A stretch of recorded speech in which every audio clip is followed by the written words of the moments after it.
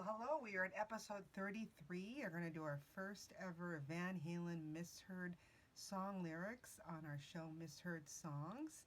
And the song we're going to talk about today is called Panama. And the misheard lyric, I've always heard it, others have as well, is Patty Bra, ah.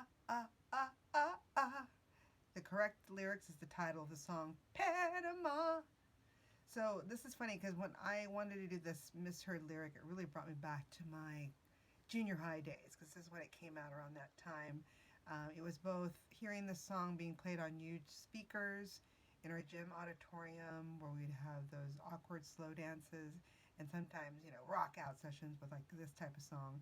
The smell of Dakar Noir wafting in the gym and many a padded bra being worn by some of my classmates. And so this is perfect for that era. Ironically, the song Panama is a song by American hard rock band Van Halen. It was the third single released from the album 1984, because that's when it came out. And if you are under a rock and never heard of Van Halen, it's a rock band consisting of four different folks by the name of lead vocals. David Lee Roth, very charismatic. Eddie Van Halen, guitar and backing vocals. Alex Van Halen, his brother, on drums, and Michael Anthony on bass guitar, backing vocals, and not Michael Anthony Hall from in that same era from the movie Breakfast Club. Totally different. This is bass guitarist Michael Hall. So how did it do back then? Well, it did very well in the Billboard Hot 100. It went up as high as 13. Didn't break the top 10, but it was number 13.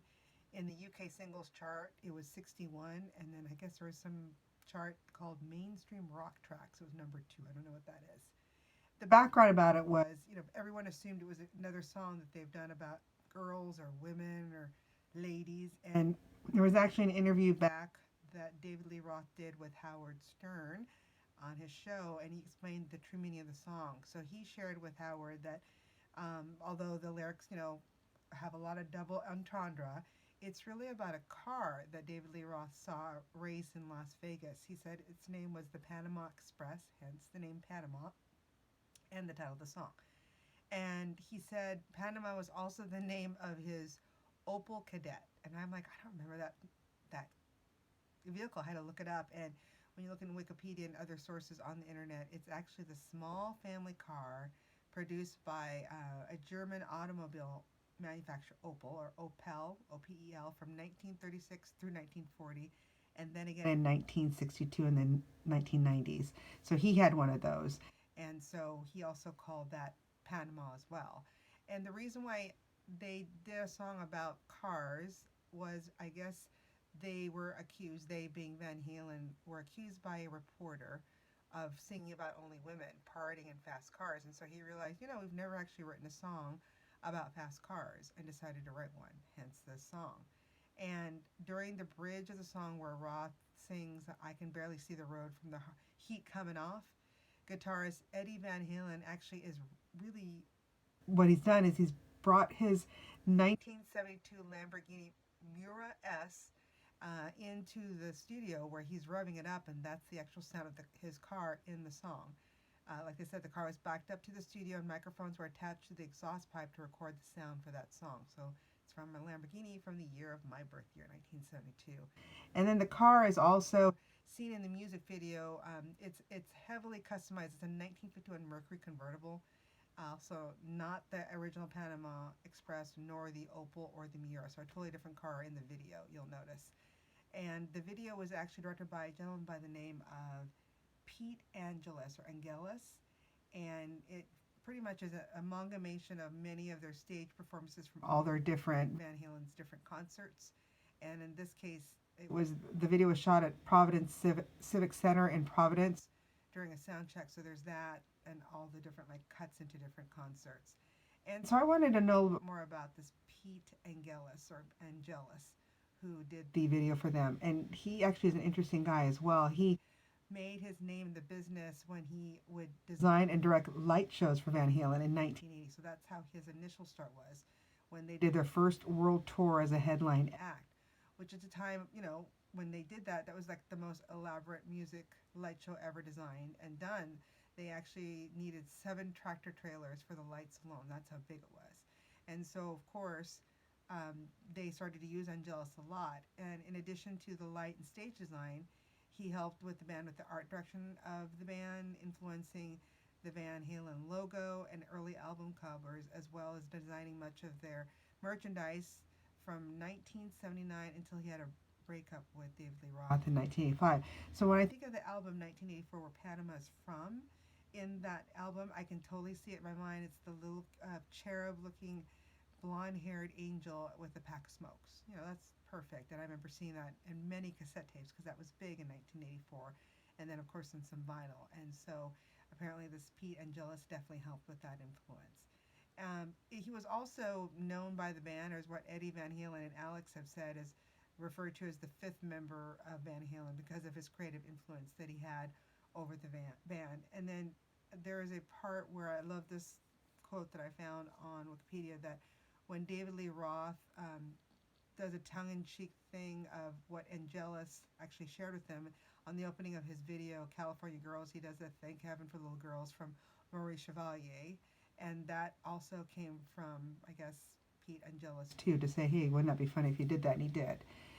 There was a falling out that I alluded to. So apparently when David Lee Roth went solo and left Van Halen, that's when we started to see the different lead singers with Sammy Hagar and such. He being David Lee Roth, failed to acknowledge Angelus's vision and his kind of creativity, and so that's when they had the falling out. And that's when they broke up and never to work with each other again. And we know at that time in the 80s, that's when MTV was like its biggest, most popular time in the heyday. And because of Vangelis doing, a lot of the creativity part, that's when he fell into the video production part and went to direct some of the most well-known Van Halen music videos that we know today, to name a few. And in fact, 5 times of the videos he just directed, 3 were nominated for MTV Video of the Year status. So here's some of the following videos that he did. In 1984, he did Jump from the title album, Van Halen 1984. He did Hot for Teacher, very iconic video in 1984. He did the Just a Gigolo with David Lee Roth in 1985. That's the beginning of his solo career, like Just a Gigolo and everywhere I go. So that one. California Girls with David Lee Roth in 1985. And then soon after that, once the breakup happened, he ended up, he being Angelus, started to work a lot with the Black Crowes and actually helped manage them. So this guy is pretty, not only creative, but, he's a man of many talents. And so thought, this is perfect. We haven't had a rock misheard. And like I said, every time I hear it, it sounds like he's singing Padded Bra. So hopefully you enjoyed and learned a little bit something that you didn't know about Van Halen. I bet you there's going to be other songs we can bring onto the show.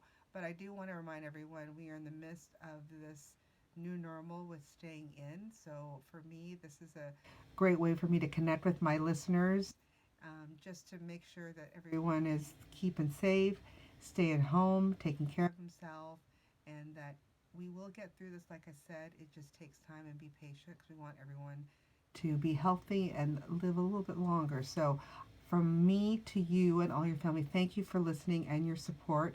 And if you have any great episode ideas, already got some this week via Facebook, please send them to our Facebook at Misheard Songs. We have an Instagram as well with the same name, and our Twitter account. You can also email us at our Gmail account at misheard, so that's MISSHEARD songs @gmail.com, and we'd love to hear from you, and who knows, maybe you can be a guest in the near future. So everyone, take care. I love you, and we'll talk to you soon for episode 34 next week. Thank you. Bye.